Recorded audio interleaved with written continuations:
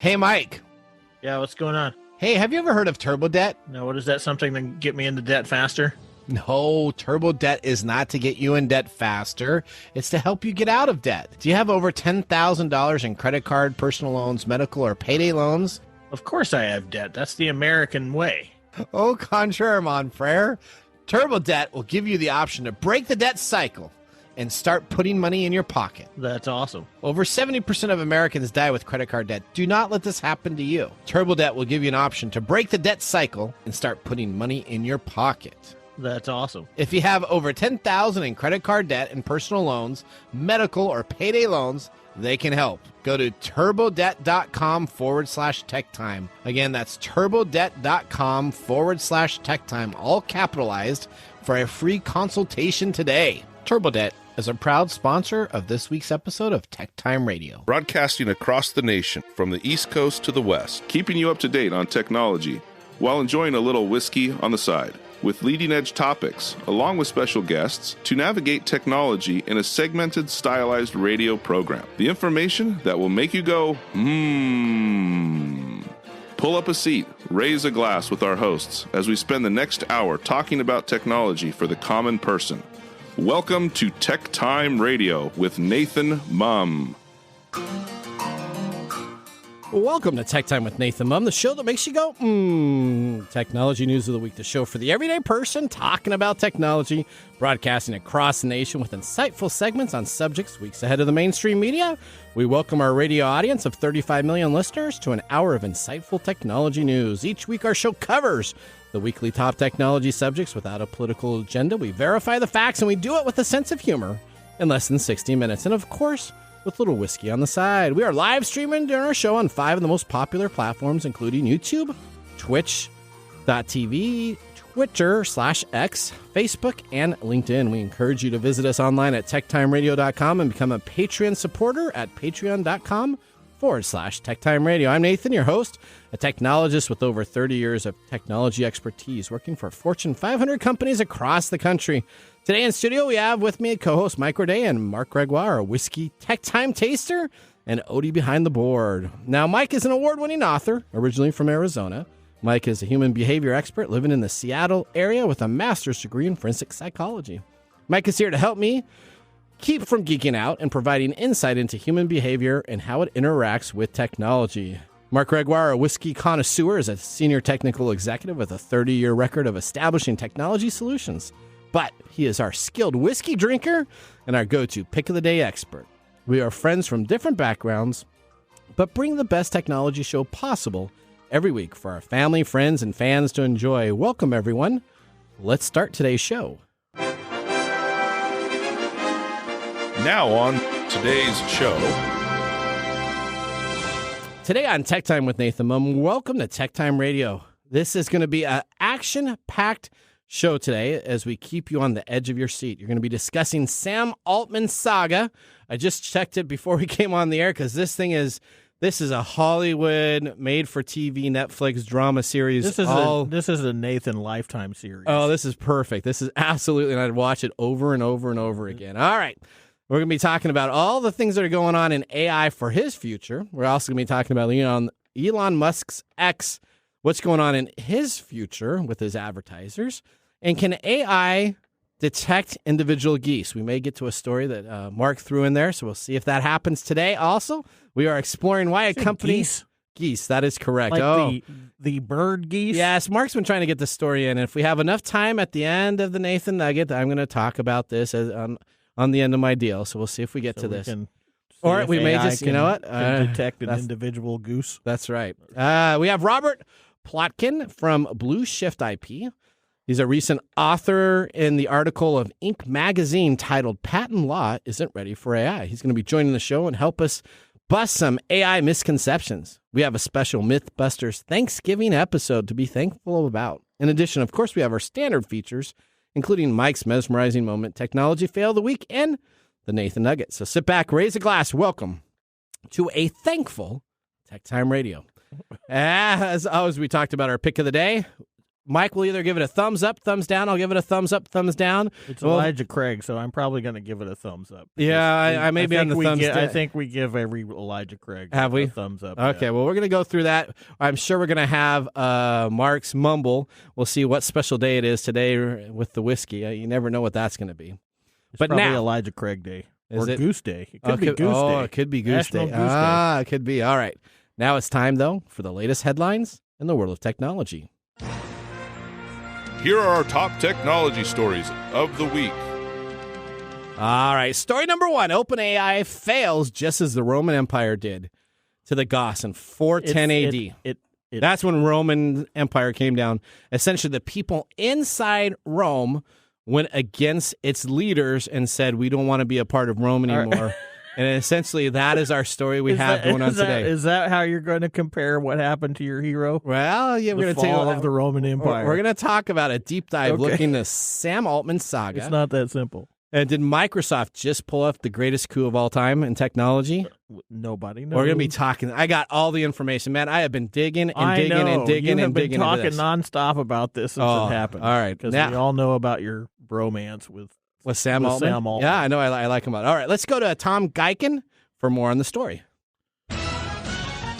OpenAI CEO Sam Altman lands new job at Microsoft after surprise firing. Last week, OpenAI's board of directors unexpectedly fired the company's CEO, Sam Altman. The board cryptically announced that Altman was not consistently candid in his communications with the board, hindering its ability to exercise its responsibilities. Within hours, Greg Brockman, the president of OpenAI, was also removed from the board along with 3 senior researchers. Brockman later resigned from the company. Then, on the 20th of November, Satya Nadella, the managing director of Microsoft, announced on Twitter that Altman and Brockman would be starting a new venture. We're extremely excited to share the news that Sam Altman and Greg Brockman, together with colleagues, will join Microsoft to lead a new advanced AI research team. So, before you go carving up that turkey, Nathan, we need you to give us the inside scoop from your former employer and explain what happened to the founder of ChatGPT. Back to the 3-headed brain trust in the studio. All right. 3-headed brain trust, huh? Okay. I guess he must have known that Marc was going to be in here. All right, so let's talk about what we have going on. So first off, we're going to talk about a timeline. So I actually broke down every news article that was out there to talk about essentially what is going on with Microsoft maybe getting the best Black Friday deal ever. Essentially, Sam Altman and Greg Brockman, who have been the leaders of OpenAI, have been fired by the company. We're going to go through exactly what happens. They have been removed from the company. Well, one was let go and the other one decided to quit. Microsoft has decided after he was demoted. After he was demoted, we're going to go through the timeline. After he was demoted and no longer a part of OpenAI, Microsoft essentially said that you can come work for us, and we're going to end up opening a 600-person division. It's really important, the number that they announced, 600-person division of AI that will work here at Microsoft. Now, if this happens on what's going on with Sam Altman, essentially Microsoft is going to get to purchase and buy a company for free because everybody's going to quit. So let's go through here and break down. Now, Sam Altman, for everybody that doesn't know, he's the creator, he's the main leader. He's been talked about on the show many times. He speaks for Congress regarding AI. He is kind of considered the national speaker of AI. He's kind of the golden boy for this. So November 16th, Sam essentially gets a call from a board member that says that he wants to have a one-on-one meeting with him, and he wants to talk with him, and they schedule a Friday noon phone call. This happens on November 16th. Essentially, Moriarty was told that Altman is going to be fired. Moriarty is OpenAI's CTO and will essentially become the interim CEO when they fire Altman, and she found out about that on Thursday night. November 17th, Brockman essentially is going to be who is the president of the company, essentially gets a text from a board member that says shortly after noon on Friday, they need to have a quick call. After sending a Google Meet link, Brockman, so they don't even use their own internal video conferencing, but just a standard Google Meet link, Brockman was told that he was being removed from the board of essentially OpenAI, ChatGPT's company. but that he was vital to the company and to retain his role as president, and that Altman was going to be fired. Altman essentially was fired with a public announcement. OpenAI published a post on its blog announcing the executive shakeup. The company's management team was then made aware shortly after essentially this posting was announced from the board of directors. Then they have an OpenAI all-hands meeting, which is essentially a meeting within all the company for everybody to attend. And essentially they talk about defending the firing process. He's dismissive and essentially suggests that Altman amounted to essentially a hostile takeover, but it was because Altman would no longer talk to the board and give them information, and the board members got jealous and mad. We're going to talk a little bit about why that happened. Then Microsoft releases a statement. Satya Nadella, the CEO of Microsoft, says that they're making a major investment in partnering with OpenAI. This is all on November 17th. And they will continue to work with AI even after Altman's firing.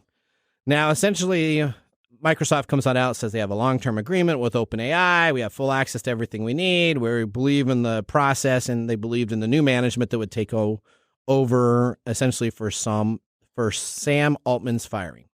Now, Brockman all of a sudden the president starts doing some research. He decides to announce his resignation from OpenAI, citing today's news after sending a memo internally that he then published on the platform X. Now, senior OpenAI researchers resigned. 3 senior AI researchers. Essentially, this is the brain trust that created ChatGPT and OpenAI's main logic. All instructed the board that they are preparing to leave also. Now, November 18th, an internal member comes on out.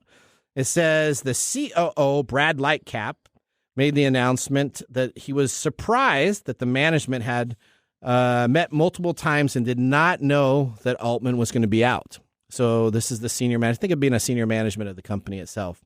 Then November 20th, Altman joins Microsoft. Essentially, Microsoft sends out a chat on X that says that OpenAI should have consulted Microsoft before firing Sam Altman. And essentially, Sam Altman and Greg Brockman and other OpenAI senior staff will announce to be joining a new AI division at Microsoft to lead its brand new division, essentially created that day probably, or that Sunday night. Then all of a sudden, board members start publishing on Twitter that they regret the decision to remove Altman and that they're going to do everything they can in power to reinstatement as the CEO. So the board fires him. Then they're going to reinstatement. Then employees threaten to resign. Nearly 500 employees at the company. It's only a 770-person company. 500 people sign an open document with their names saying that they are going to resign if they don't bring back Altman to run the company. Then Altman and Brockman moved to Microsoft deal. It is not a done deal. Both Altman and Brockman are still open to returning to OpenAI. But now, if they return, they want the remaining board members that let him go and everybody else completely fired and removed so he can then pick his own board. So here's what we have. Now, during this time, OpenAI board, it's been discovered that they went to a rival large language model developer and offered the CEO there to replace Altman. Also during these events himself, we have found that what happened is Sam Altman is the creator and one of the originators for essentially OpenAI. OpenAI is a nonprofit company, not a for-profit company. So what happened is the board members wanted to move the company to a for-profit company, and Altman said no. He didn't need to do that. He didn't need the money itself. So his disagreement with his board members were essentially he was no longer listening to them, right? He was like giving them the middle finger, saying, kiss off, I have nothing to do with you. This sounds a lot like a soap opera. It is. So essentially the board members get mad. They have a hissy fit over Sam, who's not listening to them because they want to go public and become rich. A lot of the board members are not well-named board members, so if they did go public, the company would be worth millions and millions of dollars that they would get to put in their pockets and they'd be taken care of. Altman said no. His leadership, they did a 2-month investigation to see if they could find any other dirt on Sam Altman to fire him for other reasons at the company itself. And what ended up coming out of that is essentially that he's kind of a jerk of a guy, but he didn't do anything wrong. He's just kind of a jerk type of guy that expects people to work hard and your normal, typical CEO of a company and your figurehead, right? Yeah, your Elon Musk. Yeah, so you get a little bit crazy. The board then ends up not talking with the investors because it's a nonprofit board. They have to be invested, so people pay money for the board. All of a sudden, Sam Altman goes away. Microsoft on Monday announces they're going to hire him. Microsoft's stock shot up over $63 million in profit just by the announcement of bringing on Sam Altman to the company itself. In one day, the stock value increased that much by them bringing on to the company itself. Now, OpenAI is trying to go back and saying, hey, we'd like for you to come on back. Now you gave him a golden staff to say, essentially, okay, if I come on back, I want all the people reinstated that I had previously. So we go back to like there was nothing that happened on Friday. And all you board members that were here that decided to get me out of the company itself, all of you need to be replaced. So the board members wanted to clean house. Yep. And learned that it was a bad idea. Yep.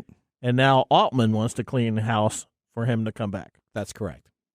And if he doesn't come back, essentially Microsoft has decided to create a brand new AI division with Sam being the leader. He can be in charge of it. And they're going to open up 600 positions in the same area that OpenAI has 600 employees looking to essentially go and work for Sam Altman at a different company. Okay. So here's Microsoft. Wait. Yeah. So OpenAI is a non-profit. Correct. You said the board wants to go. They want to go public. They want to be a for-profit company, so they fire Altman. Correct. Microsoft then picks them up because they're a for-profit company, and he's okay with that? Well, yeah, he's because he can come on in, he can bring out all the people that he had working on AI. It wasn't necessarily that. What he didn't want is, I'm sure he didn't want his board members, and he wants this price for his AI to be used by the common people. So now if Microsoft gets it, they're going to put it on GitHub, which is used by common developers all the time. They'll put all that code base in there, and essentially will just blow up essentially what ChatGPT did for their $20 a month subscription fee per person. They'll just move it over to Microsoft, and now Microsoft has the whole brain Microsoft trust. is going to treat it like a nonprofit. No. Okay. They're going to all right. Okay. I'm just checking. But Altman doesn't have a job right now. So, the problem, this is one of the problems why I have issues with AI, because of this kind of stuff right here. Okay. Because first off, we don't know the complete and full stories about what's going on, but it sounds pretty acrid. Okay. It sounds like there's a lot of problems going on. There is, yeah. Between human beings. Yeah. And these same human beings are the people that are coding AI to do things. Well, I don't think the staff was upset with Altman. I don't think none of the staff asked for him to be replaced. I think it was just the board members that he was kind of giving them the middle finger to and say, hey, you guys are a bunch of idiots. I don't want to deal with you. They were the ones that got upset. Yeah. So they said, okay, so they said either work with us or don't work with us. We're going to see what happens here. So what do you think's going to happen? I think Altman gets to go back to OpenAI. You think they're going to hire everybody back? They're going to hire everybody back. Yep. And the board members that wanted him out are going to step down. Yep. What? And then he's going to continue to run the company and have 3 times more power than he ever had previously because they decided to do this. So what does that mean, though? What does it mean if he has more control over what direction they take? Well, I don't know if it makes a huge difference because I think he was already kind of running the company in his direction that he wanted to already. So I don't think that necessarily changes anything. I think what it does is that all these people that he didn't know were against him or didn't like him, essentially he doesn't have to worry about him anymore. So, I mean, if you look at that, that's like a dream come true, right? If you have bad board that you're working with and they get rid of you, all your employees say, hey, I want to continue working with this. I guess it depends on what side of the fence you come down on. Obviously, you're an Altman fan, so you can't get 500 people to sign a petition, open petition with their names. That's a big deal. I mean, even the first 20 or 30 people. Sure, it's a big deal. Because you're just putting it right out there. Okay, you can fire me. I want to work for this guy. Okay. So you got 90+% of the company that put their name on there and say, hey, we want to work for this guy. So this is what's going to happen. if OpenAI chooses not to bring him back, Microsoft is going to buy a building down the street from where they're currently at the headquarters of OpenAI. They will open a Microsoft campus right there. Altman will have a 3-minute less commute to go from... an even bigger dog is going to crush the little dog. Yeah, and then they don't even have to buy the company because essentially they all quit and they all come over there. Microsoft will transfer them over. This is my guess. I don't necessarily know, but this is what Microsoft does when they buy over companies and want to take over companies, is they'll go to all the employees and say, bring us your current rate that you have, bring us your current vacation package that we have. We're going to transfer it right over like nothing ever happened. You've been there at how long in the company? 12 years? Great. Okay, you got 12 years of history here. We're going to have you go on. Thank you very much. How interesting. Now, Microsoft doesn't have to pay all that money for OpenAI's search algorithm because they're going to be creating it themselves. Mm-hmm. It's a big story. This is a big. This is like Steve Jobs being fired from Apple. Yeah, this is what it kind of smells like. But Altman isn't. He's probably a crummy guy, but he's not a horrible guy, and so all those people want to work for him. That tells you something. Is that? Well, it doesn't necessarily tell you something about his personality. It just tells you something about his leadership skills. Yeah, that's true. All right. Okay. Oof. Are you done with that one? Yeah, I was excited about that, man. This is good. Yeah, you're all over that one. This is. I gave you the timeline. You can ask me anything you want on this. I got it. I don't really need to. It sounds like a big mess to me, and it's rife with all kinds of human behavior stuff. There you go. That I can't even comment on. We could talk years and years and years about that. I don't think we need to. Okay, here you go. Let's go to story number 2, bud. Well, Elon Musk is in the news again. No way. Really? Really. And it's not a good thing. What? No. What did he do now? Well, Disney, Comcast, and Apple are all joining together to leave the platform known as X. So Thanksgiving's all about joining together. That should be the motto of our story, right? People are all joining together. Well,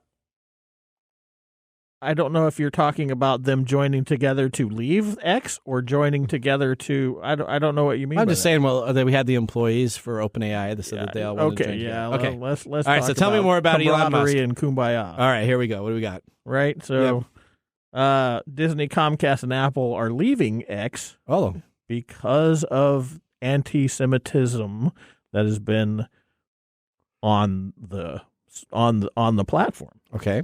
So they're leaving the site known as X after a new report found that pro-Nazi content was appearing next to company ads, and Musk himself supported a baseless anti-Semitic conspiracy theory to his 163 million followers. I don't know all the details, but it sounds like Musk did another fun tweet where he spoke before he should have. Yeah, he does that all the time, doesn't he? He does it a lot. He does. It's a hustle. It is. IBM confirmed on Thursday that it is stopping advertising on X, saying the company has zero tolerance for hate speech and discrimination. The European Commission also condemned X's promotion of hate speech, confirming during a press briefing on Friday that it would no longer advertise on any social media platform. And this comes, of course, on the heels of him trying to get money by selling profiles. Yep. And all the other whatevers. Yep. As of Saturday morning, Disney, Comcast, NBC Universal, Warner Brothers, Lionsgate, Paramount Global, and Apple had all announced they were pulling ads. Okay. After that happened, Musk tweeted that X planned to file a lawsuit against Media Matters on Monday, accusing the group of wrongfully attacking the company's right to free speech. Earlier in the week, Musk posted, you have said the actual truth in response to a post that claimed Jewish people hold dialectical hatred of white people. The White House was among those who condemned the tweet, with Deputy Press Secretary Andrew Bates calling it an abhorrent promotion of anti-Semitic and racist hate, which runs against our core values as Americans. Jewish advocacy groups have said that allowing hate against Jews to spread on X during an escalating war in the Middle East is especially reckless. Okay. And so there's more to this. Maybe they'll get together and fire Elon. I don't know. So are you a South Park fan? Yeah. Have you seen the new Pandaverse, the episode that came on? No, I'm not current on it. Oh, you need to watch that. But yeah, you need to watch that. That's all I'll say. All my listeners out here, I'm not a big South Park fan, but I don't mind watching South Park. But the new Pandaverse, if you're not a big Disney supporter and you kind of don't like the Marvel movies now and stuff like that, nothing's better than the new South Park. So there you go. That's your watching hours. Okay. All right. Well, you know what? What does that have to do with what I just talked about? Well, I was just thinking about that because I'm not going to go to story number 3. So story number 3, we're out of time. We got a lot going on in story number 1. So we are going to move on now, and we are going to get ready to take a commercial break. And when we come on back, we have a special guest that will be joining us from Blue ShiftIP. That's Robert Plotkin. He's one of the co-founders. He's going to be talking about myths of AI in our Thanksgiving special. You're listening to Tech Time with Nathan Mumm. We'll see you after this commercial break. This is Marc. And Greg. For Copiers Northwest. With a terrific offer. Called Printer Care Plus. It's simple. Buy HP printer cartridges from Copiers Northwest and we'll service your current printers for free. That sounds too good to be true. It's made possible due to our HP Copiers Northwest relationship. Copiers Northwest is an HP Platinum partner. One of only 2 in the entire Northwest. And now with Printer Care Plus, Copiers Northwest will provide free printer service. As long as they purchase genuine HP cartridges from Copiers Northwest. That's right. IT departments no longer have to service printers. Or fix paper jams with Printer Care Plus. They can focus on more strategic initiatives. And let our experienced technicians keep their HP printers up and running. Sounds like a love-love relationship for IT departments. Don't get too carried away. So how do they get more details on Printer Care Plus? Call Copiers Northwest today, 206-282-1200, or visit copiersnw.com. Copiers Northwest. New ideas, new solutions.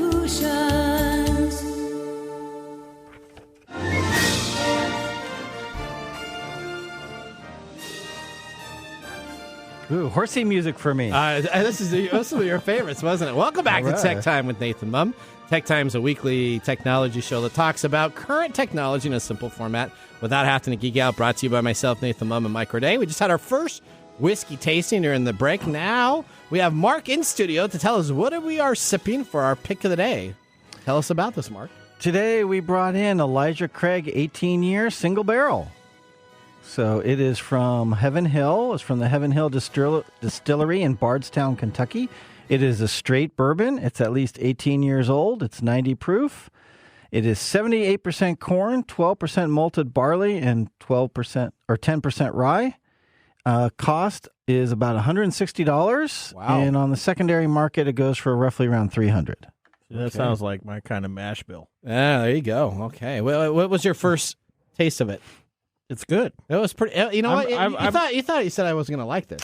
Thought you weren't going to like it. It's a little heavy on the wood, a little tannins in there from the wood because it's been sitting in the barrel 18 years. I thought Mike might really enjoy it because he's demonstrated he really likes that woody taste. Well, I think I've been an Elijah Craig fan, though, before, haven't we? I think you've been up and down. Am I up and down? You're up and down. You're very inconsistent. So if it's cheap, you tend to like it. The more expensive, not so much. Okay. What does that sound? What does that sound like there? We like to call that thrifty, not cheap. So let me tell you what they say about it. Okay. So from Elijah Craig's website, it's bottled solely from the contents of one expertly chosen barrel. So this expression of Elijah Craig is the pinnacle of bourbon craftsmanship. Bold, robust, incredibly complex. 18-year-old presents a rare and unique opportunity to sip some of the oldest bourbon in Kentucky. Richly textured, nutty and semi-sweet. Initial bursts of honey give way to toasted wood and pleasant char, then lingers with vanilla and pepper. Yes. All right. Yeah, I taste the pepper part. I was tasting the pepper part. That's good. So I got to get off quick so we have time for that little goose at the end of the show. I'll be so excited. Otherwise, we're going to turn into like Matt Damon and Jimmy Kimmel, where you're going to keep promising this episode. Things, and then we'll get to it. Yeah, okay. Well, okay, we're going to get to the geese. That's right. Because he's been pushing that story at least the last 5-6 meetings. Has it been that long? I don't know that it's been that long. Is it 3 or 4? How many meetings have you been pushing that story for? It's probably been like 3. 3. Okay, all right. Yeah. Okay. Hopefully we get to it today.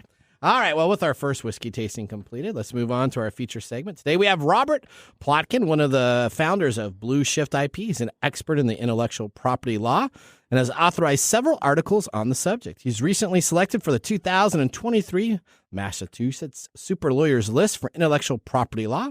His book, The Genie and the Machine, addresses generative AI concept. Let's get ready to start our Comcast video stream to start our next segment, Mythbusters Thanksgiving. Who are the Mythbusters? They don't just tell the myths, they put them to the test.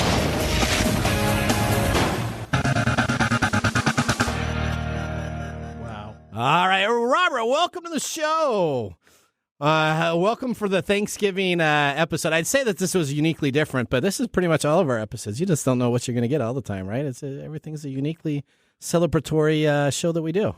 Is that what you tell yourself? That's what I tell myself. Before you go to bed? That's what I do. All right, so welcome to the show. Now, we're going to go right into some holiday myth-busting AI assumptions. So let's get right out of the bag. What are some myths that most people assume about AI? Yeah, thanks so much for having me. I mean, the biggest myth and definitely the biggest fear that people have about AI is that it's going to replace us all and make us obsolete, if not become our overlords. And although it's true, and we can't deny that AI is getting better and better at performing tasks that only we could do in the past, that's been true of every new wave of technology. And it probably will make some types of jobs obsolete, but there's at least two ways in which we're all going to remain necessary and in demand. And I don't think you have to worry about AI doing the next episode of your podcast. The first way is that we all need to learn how to use and leverage AI to become more efficient and effective at what we do. So if you're someone who writes for a living or podcasts or speaks or consults for a living, now's the time to learn how to use ChatGPT and other AI tools to brainstorm, generate drafts, summarize documents, work back and forth with it, and perform other types of tasks to become better at what you do. And the second reason AI isn't going to make us obsolete is that new technologies like AI always create a demand for new skills, new products, new services. There was no job called web developer, for example, about 30 years ago, and because there was no web. And AI is creating demand for people who know how to create new kinds of AI, who know how to set up and command AI, who know how to leverage it to solve problems better and faster than before. So that's going to continue the way in which AI creates demand for new skills and new services, and it's going to happen in ways we can't even begin to imagine now. All right, so there you go. So Mike's a big skeptic here of AI. So you're going to have to, by the end of this interview, convince him that he will like AI, right, Mike? I don't think that's possible. Okay, all right. I mean, it's not about the whether I like it or not. It's about how I see it being used and especially how people will interact with it. Well, let's start off with a big question here. Robert, is AI going to replace human authors, artists, and inventors, right? So artists, you got all these graphics from DALL-E to Mid-Journey that does all this work. And the big thing is out there that people are concerned that people will lose their jobs, like the authors, artists, and inventors. So explain, what is your feeling on this? Yeah, I don't think that if you are a really skilled author, artist, or inventor, you're going to be replaced. But if you're mediocre at what you do, you need to really start upping your game now, because you're going to face some competitive pressure from AI. But what's also interesting is that if you're not a very good artist at all, I'm not a good artist, you can use AI tools like you mentioned, Mid-Journey, DALL-E, and there's others out there, to turn you into at least an average artist. That's kind of amazing. I mean, if you use those tools, you can create pretty good artwork just by writing a description of what kind of image you want to create. And if you're on the other end, if you're like a top tier professional artist, you can use those same tools plus all of the traditional art graphics software that's out there to make you even better, to put you like right at the top of your field. So what I'd say is that AI is not going to replace artists, for example. It's going to make it possible for anyone to create art, and it's enabling great artists to become super great artists, as long as they put the time and effort in. It's the people in the middle who I think might get squeezed out from the bottom and the top, and who need to be concerned. Yeah, you're talking about somebody getting pressure from both sides now. Not only are we having pressure from the AI that's creating a downward pressure, so to speak, to perform better.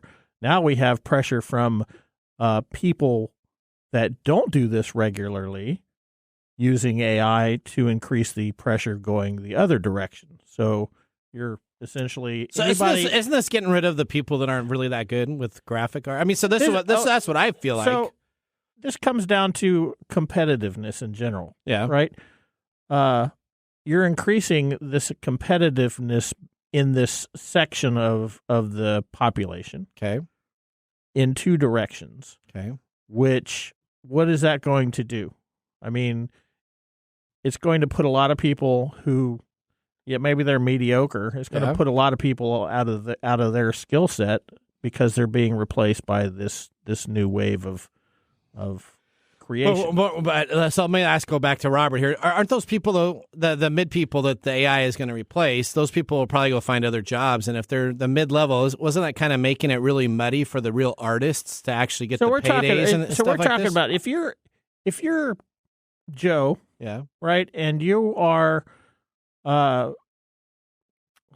don't know how you see. One of the problems with creativity is that it's subjective. Okay, right. So if you're Joe and you're mediocre by some standard, and then you have AI coming in and putting you out of work, that means your whole entire life has just been wiped away, and you have to go and you have to re-educate yourself on something else. Okay, right? Well, maybe that's exactly. Isn't that a problem? Well, I don't know. Is it better that you get re-educated and always stay? I don't know. I've asked you this question before, but if I learn all the time. But if you came in, and AI replaced you, your skill set, I wouldn't worry about that. You would be okay with that, even if you couldn't make money doing what you do. I would be a little bit okay with that. All right, going back. Sorry, Robert. You can see Mike really is passionate about AI. So like a lot of our listeners you're are just too. Baiting me right now. No, I'm not baiting you. I'm not. Okay, so you're thinking that the human authors, the artists and inventors, they're still going to exist, if I got it right. But they're going to either have to be at the real top of their game and no longer in that middle level tier of just kind of floating around. Otherwise, AI can replace them. Is that what you're saying? Yeah, and I think this is just a continuation of the competitive trends we've seen over the last few decades that came from things like outsourcing, where people have been competing against the global labor market. This is a continuation of the same trend in that direction. And I think it's important to remember that all kinds of automation automates skills. It doesn't automate entire people. So unless your entire job was creating mediocre art, I don't think it's true that you're going to be out of a job. It means you may not be able to generate economic value from doing that one thing. But as long as you have the ability to do other things that have economic value, you'll still be able to do that. All right, that makes sense. Okay, all right. Next question. Well, that's not my biggest concern with it. So. Okay, so how is AI being used by technology companies to develop new products and services? Let's talk about that. The way that I find most fascinating, in addition, let me just mention one way, is that companies can uncover demand for new products and services by having access to data like how customers use their products and services, what people like, dislike, are satisfied with, dissatisfied with, what works well, what doesn't work well. Companies can mine that information to come up with ideas for new products, services, improvements that customers will like and will pay for. So that's one thing. But then when it comes to actually developing new products and services, AI can be used for that. I'll use drug discovery as an example. AI is being used very widely now for drug discovery to perform what you can think of as simulated experiments on massive numbers of possible drugs in a fraction of the time it would have taken to do the same kind of testing in the traditional way, doing real world experimentation. So in other words, AI is simulating, generating possible drug designs, and automating the kind of tedious experimentation that's bogged down human inventors throughout the ages. And it's doing that in all kinds of fields, not just drug design.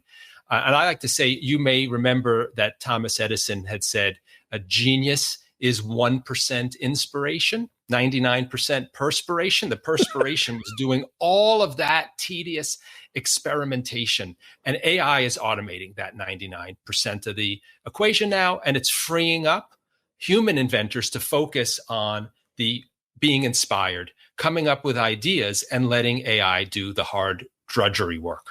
Unfortunately, Thomas Edison didn't buy into his own thing. Okay, all right. So let's talk about the last thing here. AI created inventions, can they be patented, right? So we've talked about this on the show quite a bit also. So if I use AI to create something, maybe I create a storybook and then I try to publish it on Amazon. Well, that's already been done. But let's say I created some type of an invention. Is there AI creation that can be now patented so that I can actually get credit for the work that was going on? Absolutely. And the book that you mentioned that I actually wrote it back in 2009 when people were already starting to do this in the 1990s and the 2000s. That book, The Genie and the Machine, was about computer automated inventing. And I provided examples even back then of inventions that were created using AI that had been patented.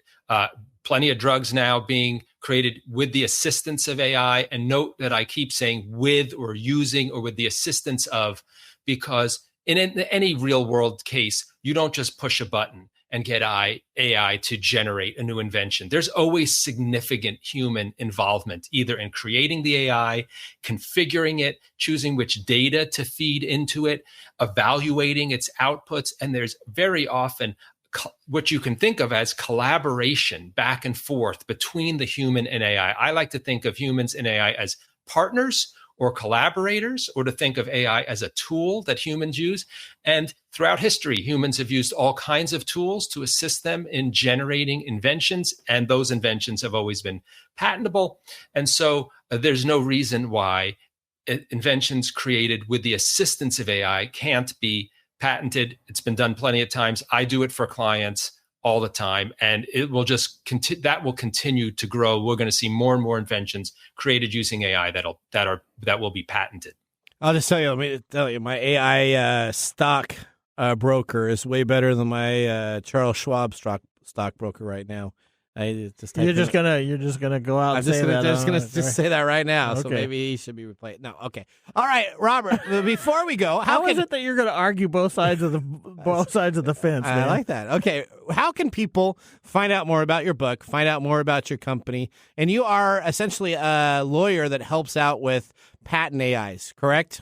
Yeah, okay. I am a patent attorney. I help individuals and companies obtain patents on new types of software, including AI, and on inventions created using AI. I'm at the law firm of Blue ShiftIP. You can find my book, The Genie and the Machine, on Amazon. You can follow me on LinkedIn, linkedin.com/n/Robert Plotkin. I post there frequently, all on all topics relating to AI. And you can check out our law firm website at blueshiftip.com. All right. Thank you so much. Robert, thanks for being a part of the show. Are you okay, Mike? You going to be okay? Oh, yeah. Thanks, all right. Robert. There you go. All right. That ends our segment, Mythbuster Thanksgiving Special. Up next, we have This Week in Technology. So now would be a great time to enjoy a little whiskey on the side, as we'll be doing so during the break. See you in a few minutes. How to See a Man About a Dog. It combines darkly comic short stories, powerful poems, and pulp fiction prose to create a heartbreaking and hilarious journey readers will not soon forget. Read How to See a Man About a Dog, Collected Writings, for free with Kindle Unlimited. Ebook available on Kindle, print copies available on Amazon the Bookpository, and more. And now, let's look back at this week in technology. All right, November 19th, 2006, Nintendo releases Nintendo Wii. Nintendo released the Wii game console to compete with the Sony PlayStation 3 and the Xbox 360 that overheated. By foregoing raw computer processor for increased player interaction utilizing the innovative motion-sensitive Wii Remote controller, the Wii defied the expectations and became the best-selling 7th-generation game console. The Wii's original price was very forgiving. It was being sold for $249.99, but Nintendo didn't anticipate the success of the Wii. So during the holiday times, production rates were lower than they first expected. And it had its all-time sales when it released in November in both America, Japan, and Europe. The result, though, a lot of people were buying these consoles online on eBay and other places for the price of $450 to $500. Does that sound familiar? Oh, yeah. I love the Wii. All right. I just can't keep hold of one. You just can't keep hold of one? No. It keeps on melting on you? Literally. Yeah, literally this last time. That's right. Okay. All right. Well, that was This Week in Technology. Have you ever wanted to watch some Tech Time history with over 180 weekly broadcasts spanning 3+ years of video podcasts and blog information? You can visit TechTime-Radio.com to watch our older shows or join the Tech Timer Facebook group to talk with us live all the time. We're going to take a commercial break here. When we return, we have Marc's Mumble Whiskey Review and our Technology Fail of the Week. See you after the break. Hello, my name is Arthur, and my life's work is connecting people with coffee. StoriCoffee is a small batch specialty coffee company that uses technology to connect people to each product resource, which allows farmers to unlock their economic freedom. Try our Medium Roast Founder Series coffee, which is an exotic bourbon variety that is smooth, fresh, and elegant at StoriCoffee.com. That's STORI coffee.com. Today you can get your first bag free when you subscribe at StoriCoffee.com with code TechTime. That's STORI coffee.com. The segment we've been waiting all week for. Marc's Whiskey Mumble.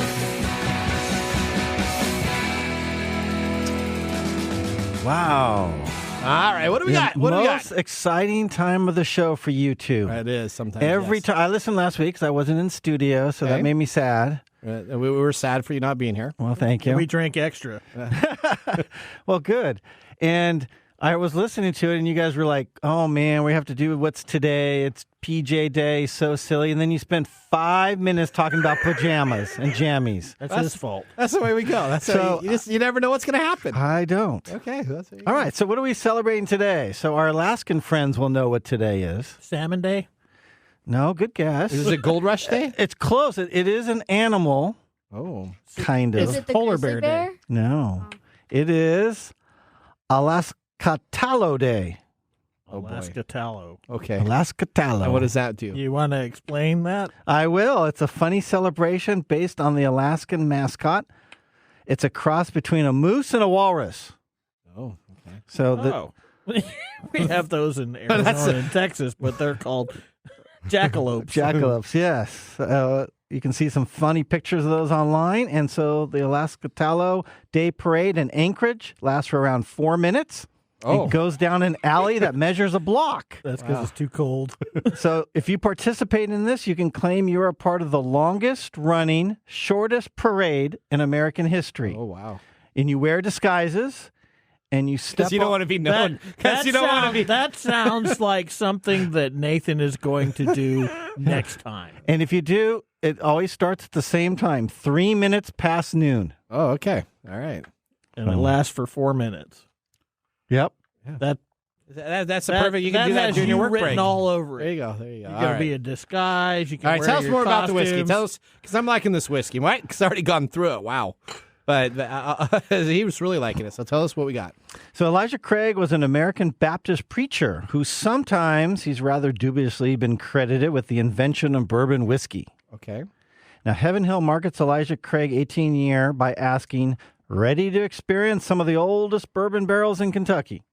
While Elijah Craig 18-year and Elijah Craig 23-year remain the stewards of high-age bourbon.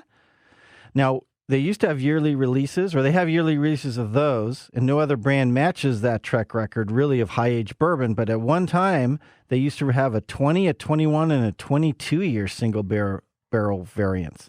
But at this time, those are all discontinued. So you just have now the 18 and the 23 on a yearly basis. Okay. Now, Elijah Craig 18 has its fans. I am not one of them. So now remember, these are single barrels, and they can fluctuate quite a bit. So I've tried 3 different bottles recently. All were wildly different. One was undrinkable for me. Couldn't even really put it down. It was way over oak for me. One was so-so, and one was fairly enjoyable. Luckily, that's the one I brought to a party last week to share with friends. Okay. But it's still, even that, it still wasn't my favorite. So sadly, this bottle we have here for me was the so-so bottle. Now, for the money, you remember, if you can find it at cost, $160, it's not worth the money, especially for something that varies so much and you don't know whether you're going to have a good bottle or an okay bottle. It's not worth the hunt.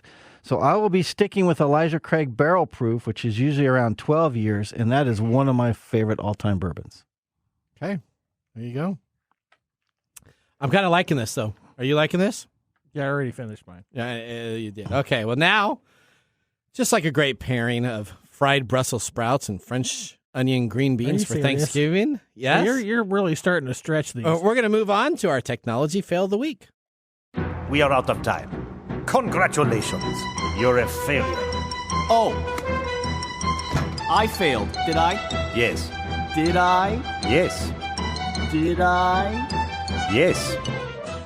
All right. This technology fail comes to us from a listener. Submitted this on our process to submit emails to us. All you got to do is send it to info@techtimeradio.com or host@techtimeradio.com. Essentially, this technology fail is the United Health company that uses an AI model that has a historical 90% error rate that denies care. Oh, look at A lawsuit alleges. For the largest health insurer in the U.S., AI's error rate is like a feature, not a bug. United Healthcare, the largest health insurance company in the U.S., is allegedly using a deep, flawed AI algorithm to override doctors' judgments and wrongly deny critical health care to elderly patients. This has resulted in patients being kicked out of rehabilitation programs and care facilities far too early, forcing them to drain their life savings to obtain needed care to be covered under the government-funded Medicare Advantage plan. This is all according to a lawsuit filed in the U.S. this week at district court in the District of Minnesota. According to the lawsuit, United Health started using NH Predict in at least November of 2019 and is still being used today. When patients and their doctors have requested to see NH Predict's reports from the AI, United Health has denied their request, telling them the information is proprietary according to the lawsuit. And when the prescription physicians disagree with United Health's determination of how much post-care is needed for the patient, the judgment is just overridden by the AI's decision. The use of the AI is not new to the healthcare industry. While AI chatbots create images and generate grabbing headlines, the healthcare industry has been using AI for over 20 years. AI uses establishing algorithms racially based in its patient care all the time. You hear that? Racially based? But what sets the situation apart is that the dubious estimate NH Predicts spits out seems to be a feature, not a bug, for United Healthcare. Since United Healthcare acquired by Navi Health in 2020, former employers have told Stats, the company who focuses on shifting patient advocacy, that they're getting even worse in what they do today. All right, well, now we're going to head into our Mike's Mesmerizing Moment. This is Mike's Mesmerizing Moment, presented by StoriCoffee. Visit StoriCoffee.com. All right, so we're going to be talking about the era of green and blue message bubbles on an iPhone versus an Android device. Yeah, okay. Well, this was a big discussion last night. I don't even know why this is going. Well, I know why it's going on. It's just funny that it's going on. Go ahead. Okay, so essentially, explain yourself. Essentially, if you are an Android user and let's say you're under the age of 30 and you hang out with iPhone users, there seems to be a lot of discrimination between the Apple users of a phone versus the Android users of a phone. We have somebody in our staff that's an Android user, a younger individual, and she says that she is struggling because of the envy of the iPhone users, saying that she is not at the same level as them because she has an Android phone. Now, you went off to try to help explain this last night. Yeah, but I want you to explain this a little bit to us today.